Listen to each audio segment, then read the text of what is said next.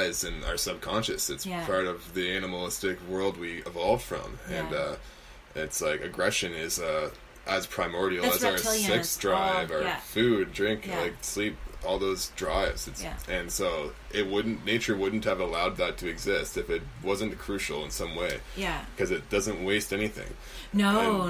Yeah, so it's so we have it, and it can go in the way of horrible genocidal maniacs like Hitler. And so the more we learn about psychology and the more we can study and find out what is it that makes someone go down that road, like the road from resentment to bitterment, hatred, vengefulness, murderous, genocidal, suicidal, like eventually someone just, like I just imagine Hitler as someone who literally wanted to create the most hell and mayhem possible. And he was a human being, like me. Did you know that he almost killed himself before World War II, and someone happened to walk in and kind of pull the gun from his hand? Really? Yeah. Can you imagine how different the world... That person kicking themselves That guy's like, oh my God, why didn't I do that when I had the chance? But who knows, right? It could be the similar day situation now, Trump's bad, but Mike Pence could be worse, sort of thing, right? So maybe person... we wouldn't know exactly it could get that bad otherwise. Yeah. It's so hard to even talk about things in that way sometimes because it's people want to have a black and white, easy to come to a conclusion about everything. But nothing is simple. No, it's not black and white because we view the world through our own lens. So, there are certain, like racism, wrong. Yeah. Rape, wrong. There are cut and dry things, but as soon as you involve a bit of feeling around it never is black and white. Like I know a lot of people have a really hard time talking about maybe uncomfortable things like war, drug abuse, mental health. Right now I'm really fascinated with the U.S. prison and jail system, so I've been watching a lot about that and reading a lot about that.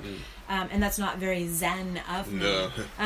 But that's an opportunity to learn, and what I've learned from it is that we have so much further to go with mental health, and that's what I've really gotten out of it, and it's given me far more compassion than I would have if I was just oblivious to it. So even though these things are uncomfortable and make you feel icky, why? You gotta sit with that ickiness sometimes. And sometimes and we don't. We're so easily to distract ourselves with, whatever else we can distract ourselves with, and that's why I don't think that we really believe that, that we have that power within us to change and grow and learn, because we don't want to sit with things that make us feel uncomfortable. There's two, it makes you think of two things. One of them being, the more optimistic side of me finding some foothold here because of, if I believe in the dualistic nature of human beings, and look at the impact on the world that Hitler had. Immense. It's still rippling through time now. Oh, absolutely. But what impact can a person have on the opposite end of that spectrum? Yeah. If someone, instead of wanting to create hell, wanted to create heaven, and what if enough of us made that our goal? And what kind of planet could we create? And it's making me ask questions about what are we doing here, and where are we going? What is it all for? Because, I feel like in some sense we're still in this, because in the world wars we had to ramp up production of everything crazy. It was the people who are here are making shit for the people who are fighting over there. Yeah. And I don't know if we've calmed down from that yet. The war's a business. Yeah, exactly, that too. It's a business. So it's profitable, and so then our values need to shift from profit and business and economics to, if we're going to create a society and sustain a society, why? And wouldn't it have to be the same old idea that it was initially, at least with our countries, was sovereign individual consciousness, being free. The culture should set the stage for the individual as best as it can. It's no simple thing. And I'm not saying I am the person to even comment on it, but it's the individual needs to be able to thrive in a way that is serving to the collective group as well, and the group needs to be thriving so that the individual can thrive within it. Yeah, but the issue, I think, is that people do not care enough for what is the Native American, like 7 generations. People are only short-sighted. Yeah. And so it's about, this is my life, 80 I'm dead, that's it, that's all I care about, right? So if you are investing into something that may not have a kickback in your lifetime, or why? Yeah. There's a guy, he might be dead now, but he was definitely old when I first started reading about him. I think it's Jacques Fresno. Oh yeah, the Venus Project, right? Who was all about creating this incredible world where fresh water, everything grows. You live in like a really like harmonious way. A lot of it's based on gift economy, and services, and it has like those kind of communist undertones. But a lot of that is just based like on do what you love and everything. It's not about like getting ahead. It's about living harmoniously. Unfortunately, stuff like war has immediate kickbacks, whereas long-term things, like even look at renewable energy resources. We've been working on like getting solar to a tight spot, like where it is now, where it's actually like you can create it in a way that's not going to break the bank, and you're not seeing, okay, well now I've owned my house for 25 years and now I'm getting the kickbacks from it. But it's unfortunately a lot of like negative things that happen have immediate like response, and whether it's like, oh, we made a lot of money off of that, but whereas a lot of positive things take time. And I don't know, how did we even get there? Like how did we even get to a place where that makes sense? I don't understand how we got here. Yeah. I look at the world around me and I don't understand how we got here. Yeah. Like the world we're in is the world where earth and famine and we somehow crafted this little... It's already so much like paradise. It's hard to wrap your head around. We're mostly disease-free. There's more than enough food that anyone knows what to do with. It was a really cool thing that came up on an Instagram account called Fuck Jerry. Yeah. And it said something like, hey, how are you doing? And the response was, I'm fine. But then fine was highlighted and said something along like, do you ever think about when we build a building that we're never creating more materials because all those materials already existed on Earth? And I was like, oh my gosh, it's the law of not entropy, but like energy is not created nor destroyed. It's like it exists. And I thought, all the materials that are used to make this is all already pre-existing. The Earth is not expanding in weight or mass. It already exists. It had the potential for all this within it. Yeah. And that's the other thing that I find crazy about just consciousness itself, is if the scientific pursuit reveals that it's these crazy little balls of energy vibrating and appearing and disappearing and zipping around the speed of light, and so the consciousness has to have some instantiation within that, or else there wouldn't be this relationship with like our psyche or soul and the physical world we're interfacing with, and so it's weird. I find myself caught between, like, because I fancy the idea of it being like an antenna of sorts, but I also feel like if my body isn't in good shape, it affects my consciousness. Yeah, absolutely. So they're connected, and it just blows my mind thinking about. I think the scientific information gives license for us to feel even more profound and grateful and all those things. Because isn't it crazy that I think we undervalue what it is to be alive? Like, oh, certainly. I mean, so for example, to put it in a overly simplified way, is that when first people were thinking about homosexuality, it was just like, oh, you're one of them there queers or whatever, right? And this is who you are. But it took some science and some time and some writing about it to determine that it's not just as simple as that. So science inevitably was a language to allow people who might have been closed-minded, ignorant, etc., or a newborn baby to learn that this is actually the way it is, so that something like homosexuality is not seen as this like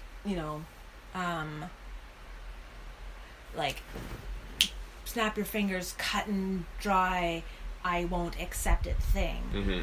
And so I see that potential again, like with science, is that I'll have people say, oh, I'm not good at meditating. Oh, meditating is stupid. But everything that you read about meditation that science has given a language to promotes meditation.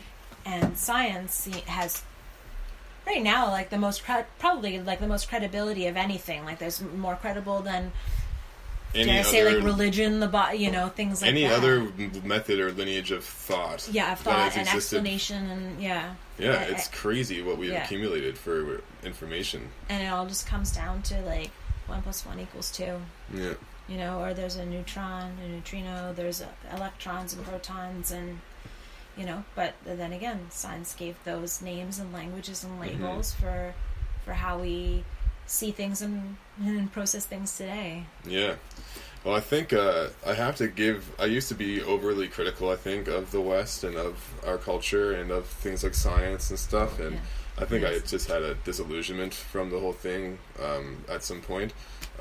But I've learned to give it more respect because everything is flawed, first of all. Yeah. And second of all, everything's perfect, though. Everything, the flaw is the perfection. Yeah. So it's like, no good character. You're going to read a book about a character who's just perfect. No one's going to relate to that person. You're not going to give a shit about that story. Yeah. There's a perfect guy and everything was perfect and everything was great and there's no story. Yeah.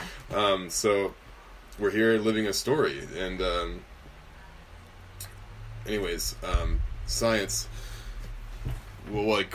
Christianity, for all its faults, gave birth to science. Yeah. And for me, the way that we're opening up to, and rather quickly too, things like not only homosexuality but transgendered people and everything.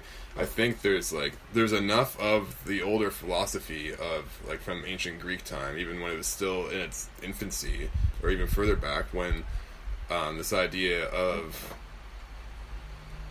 every individual human embodies the divine in some way. Yeah. The idea is echoed obviously in Hinduism and yoga a lot. Mm-hmm.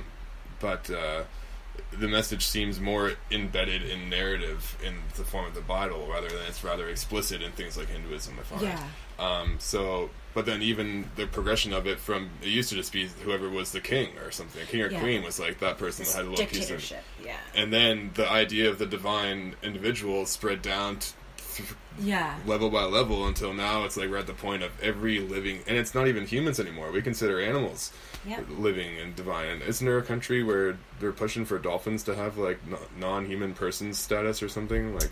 Oh, no way! Interesting. Yeah, I could be bullshitting, or the internet could have been bullshitting me, but well, actually, along the same vein though, I have a friend who, for example, like, he primarily eats vegetarian, but he was like, there's no way in heck that I'm going to eat calamari because squid and octopus are shown to, like, we can probably only scratch the surface of their level of communication and consciousness and, them being a sentient being. So, like, we don't know what we don't know. Yeah. Yeah. That's something to really sit with there. It's like we don't know what we don't know, and everything again comes back to like the lens that we view our life through, and where we set the boundaries, and why we've set those boundaries because the first 12 years of our life have created me this way, and So, again, I just try to break things up into little micro moments, everything into like moments, and just enjoy those little bits as much as possible, and staying there with them. Yeah, it gives you respite if you can say like appreciate a cat doing something silly, even if you're having the most horrible day or week. I know. And if you can laugh at it and get that, there's like medicine all around in that way. But you're right. We can certainly. I remember coming back. So talking about what we don't know, it's a lot like camping, and you can imagine culture and the fire and the light being everything we've touched with our light, with our awareness, and it's like a collection of, it's like our safe area, and it's everything we know, and then the rest of the forest is dark, and that's where everything else is, and it's way more of the darkness than there is what we've managed to shed light on.